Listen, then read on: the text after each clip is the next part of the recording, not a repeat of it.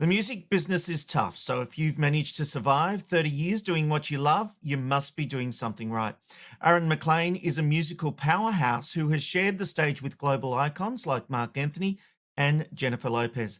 For 15 years, he was the lead guitarist and music director, steering the live show for ARIA Hall of Famers Air Supply. He's performed with The Oprah Winfrey Show, Saturday Night Live, and The Tonight Show. Now the admired performer is branching out on his own, and he joins me from his studio in LA. Aaron, welcome to McKnight Tonight. Thank you, Rob. I appreciate it. Look, Thanks you've for having obviously me. done a lot in your remarkable career, but let's talk about the big one. You were a composer on The Price is Right for over 370 episodes. That's a piece of TV history right there. Yeah. I guess I got pretty lucky with that one. So I would have thought a show like The Price is Right would be using the same music all the time. Is that obviously not the case? Well, the way they do it, my cues are in the location of what you call like the showcases. Yes. Are you familiar with the game show? Oh, we know The Price is Right here in Australia. Okay, great. Well, I had submitted some. I was working with a company called Signature Tracks. I still do, and so they're the ones that were able to get me all these placements. So with the producer of The Price is Right, he really enjoyed a lot of the cues that I had submitted, and then he put I think 3 or 4 of them in what he called the permanent library. So then I submitted another batch of pop rock cues, and then he was really excited about those, and he said, "Okay, I'm going to put these in a permanent library." So they've Oh, just been brilliant. in heavy rotation throughout these showcases. So I mean, it's kind of like a needle in a haystack, but I feel very blessed to have my music on that show. And look, I know you're not here to talk about that. We just love a bit of TV here, so congratulations on that. Now, Thank you. getting in, Appreciate it. getting into the music business, it is tough. So how did you feel when you ended up taking to the stage with people like Mark Anthony, Jennifer Lopez, Luther Vandross, Ross, all those kind of people? It was kind of like to me, it felt like a sign from the universe. And it's like when you get into the music business, you pretty much have to you've got to keep your eye on the prize, and there's going to be a Mm. lot of ups and downs and whatnot. So once I graduated music school at Dick Rowe, I was lucky enough to get my first gig about a year later with this artist named Jermaine Stewart. And from that gig, I ended up with Alita Adams, who was with Tears for Fears. And so we ended up on tour with Luther Vandross and Michael Bolton. And after that gig, I did some other gigs, and of course ended up, doing the Mark Anthony gig with Jennifer and all that. But Uh, I don't know. It's just like one of those things. I think a lot of times people will get discouraged. It's like you don't follow like maybe the traditional path of one's career. And I guess like I said, there were ups and downs, but like I said, I just kept my eye on the prize, and I ended up having these wonderful opportunities. And when I auditioned for Mark Anthony, I was kind of familiar with his music, but then it was like after that audition, I auditioned for like 2 weeks, and literally, I think maybe 4 months later, we were preparing for his live HBO show in at Madison Square Garden, and that was just an incredible experience. And from there, just so many things happening, and you know, which is exciting time in my amazing. life. And you've had that kind of success, but then the global financial crisis hit and there's Mhm. no work going, and you had to find other work outside of performing, didn't you? Well, yes. Well, I had done by that time, by the time the crisis hit, I had done a couple of tours with Mark. We'd done a bunch of TV shows, but lots of endorsements, magazine, print ads, and things like that. But it was just, it just like I was going like maybe 100 miles an hour, and then it seemed like someone just slammed on the brakes. So then it's like in this industry, it's like when there's work, everything's good, and when there's not work, things are not Mm. so good. And so I had to like figure out other ways of earning or making a living. And so I went back to just doing small gigs and things like that. But there was a pretty much a lull, that happened for quite some time, and it took a while to for things to start falling back into place. But they did.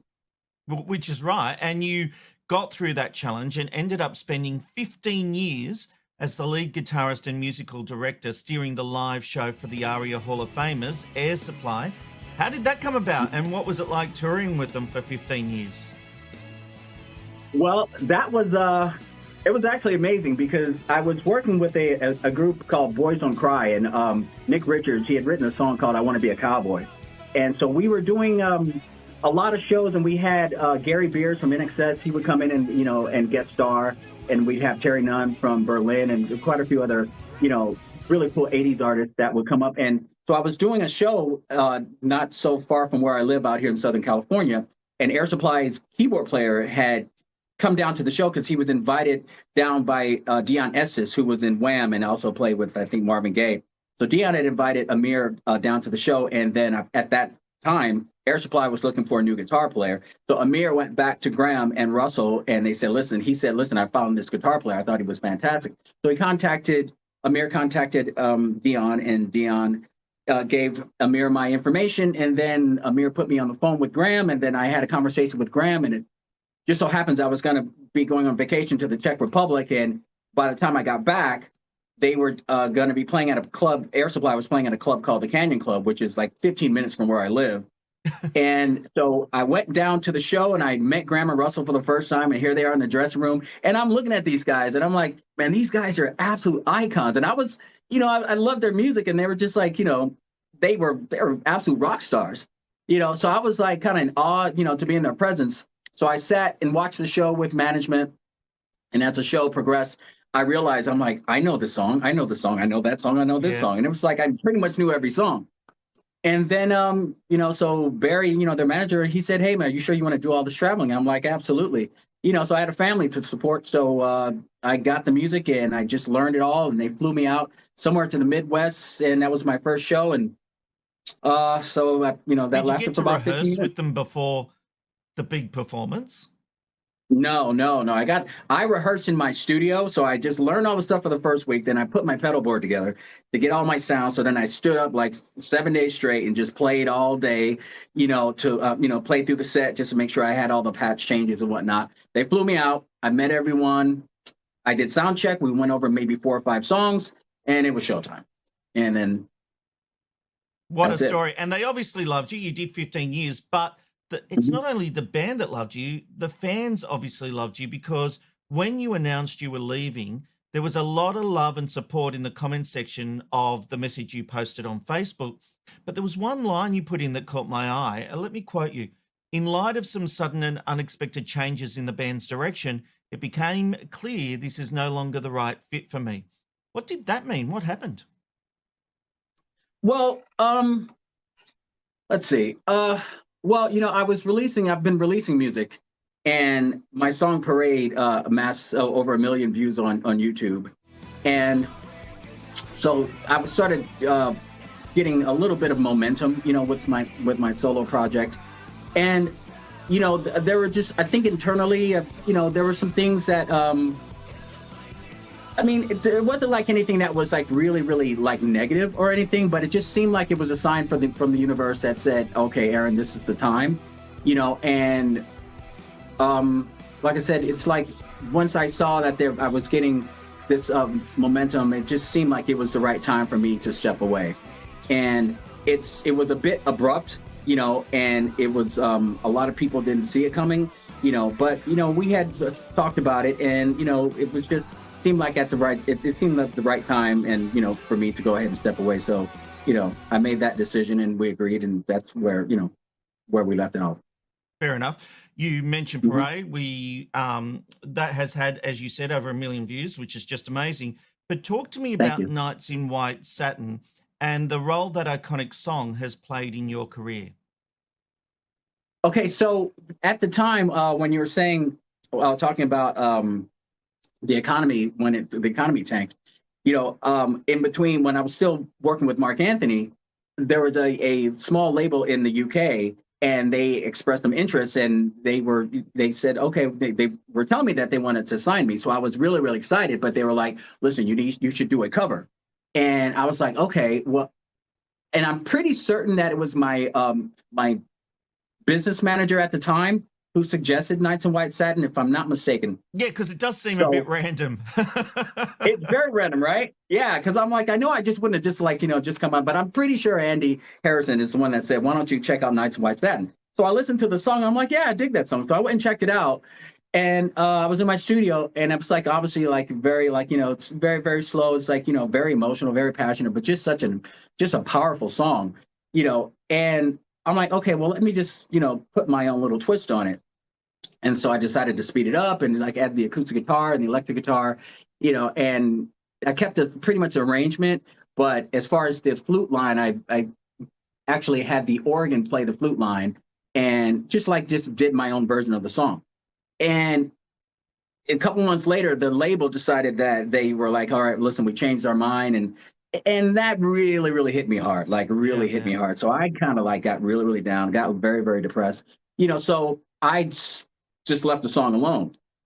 So then all these things happened, and I went Boys Don't Cry, ended up having kids, and then with Air Supply for 15 years. All that was going on. So then after I released Parade, and then I released Corners, a few months ago, and I was like, what?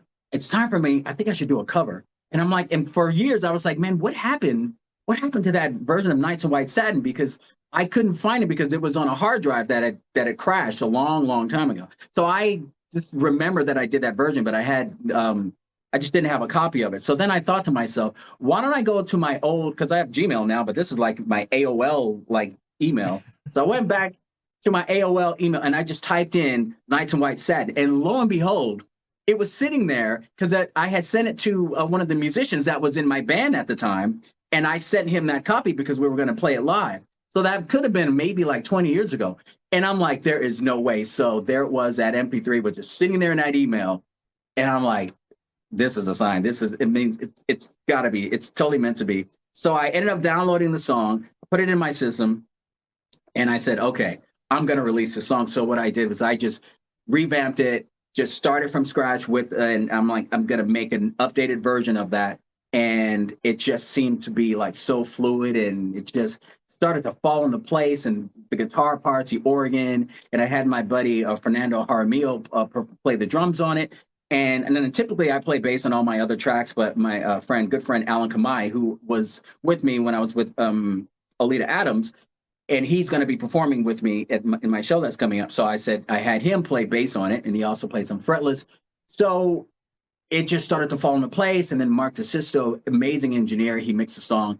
And then I ended up releasing the song maybe a little over a month ago, and it just came out. Well, I'm let's so stop excited talking about it. about it. Let's have a listen. We've got the clip. Fantastic.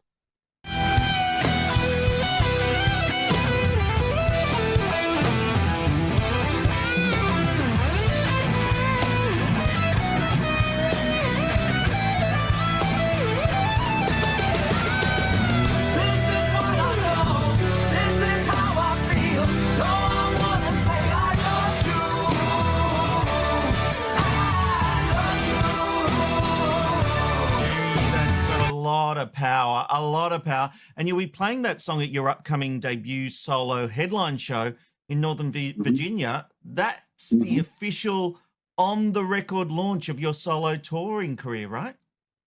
Absolutely. Absolutely. I'm super excited to be performing there. And it's like, I'm excited for a lot of the other shows that are coming up, but this is going to be the first launch of the first show. So I expect some good things. And you've got a big fan base here in Australia. When can we expect to see you out here touring? Well, I'm looking forward to that. So I want to get this first show under my belt. And so we're looking to talk to some promoters and to see if we can get a little bit of a buzz. And I appreciate you having me on the show, and that definitely helps. So I'm hoping to start doing some shows out in down under, if you don't mind, hopefully next year at some point. And that would be great because, listen, I love Australia. I've been going to Australia for quite some time now, obviously because of Air Supply, and the fans are so loyal, awesome fans, and so kind to me. I just really love, just being around them. So I would love nothing more than to bring my show down there and perform my music and, have some Australian audiences standing in front of me. Well, we hope to see that soon. You can keep up to date with Aaron by following him on social media. He's Aaron Mclain on Facebook and Instagram. Aaron, I wish you every success. Thank you so much for joining us on McKnight Tonight. Thank you so much for having me. I really appreciate it. Bye-bye.